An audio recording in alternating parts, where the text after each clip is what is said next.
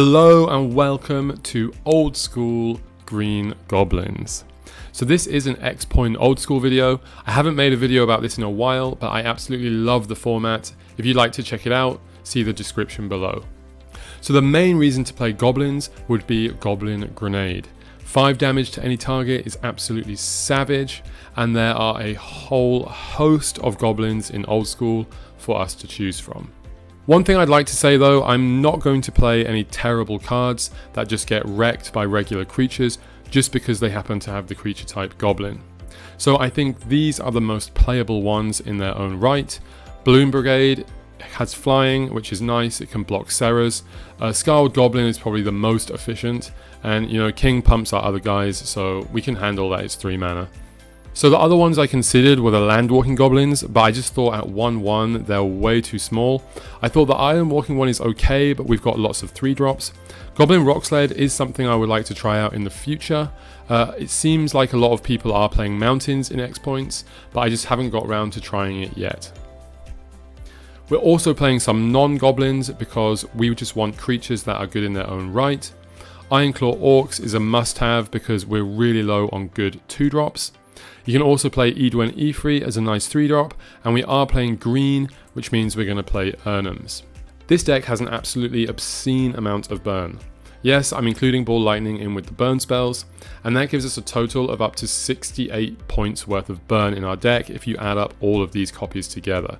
It's just absolutely so much, we can take our opponents out even from high life totals.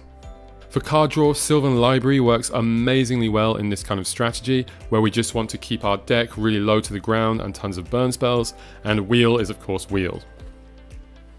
This is the point where I'd like to add a splash. You can either go black for Demonic Tutor and some more bigger creatures, or you can go blue for Time Walk and Serendib.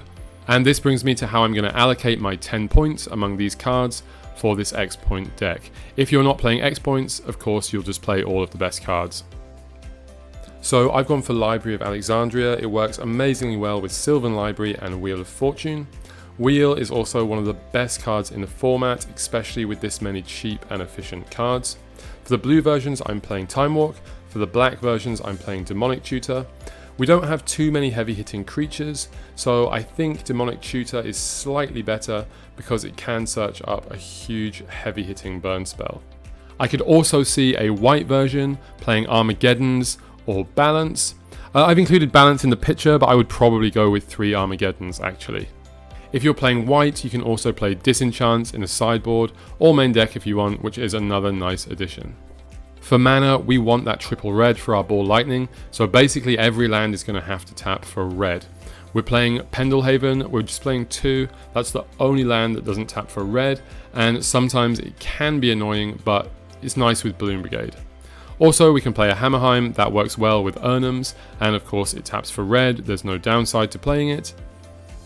And we're going to play 4 of our splash color jewels, along with City of Brass, that can give us enough colored sources for our splash color to play those few cards that we want.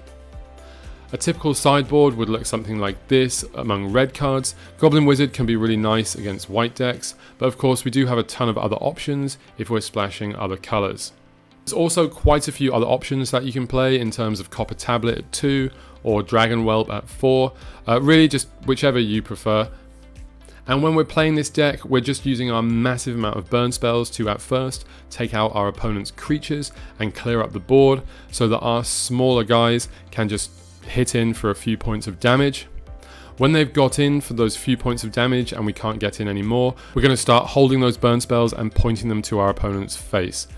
Things like Goblin Grenade can really take a huge chunk out of their life total, and I've hit someone for 15 in the same turn before. So we've got the typical answers you'd expect, like Blue Elemental Blast and Cop Red. Also, Serendib is really good against our deck because 4 damage, it's just over the Lightning Bolt Chain Lightning threshold. Now, while we may seem like an aggro deck, I mean we're playing Ball Lightnings, it's actually more of a kind of mid-range deck because we're using our burn spells to take out our opponent's creatures so that we can get in. We only switch to that all-out throw everything at their face when we move to the late game. The strengths, it's super fun, it's got crazy reach with all that removal, and there's pretty good mana actually. The weaknesses, the guys are very small and fragile. Circle of Protection red is an absolute nightmare. And as well, fast combos that we can't really interact with can be annoying. So here's an example list, and I recently played this Goblin deck to a 5-0 undefeated finish in X points, unfortunately losing in the elimination rounds to Circle of Protection Reds. If you like this video, please do like, comment and subscribe. Thank you for watching, and bye bye.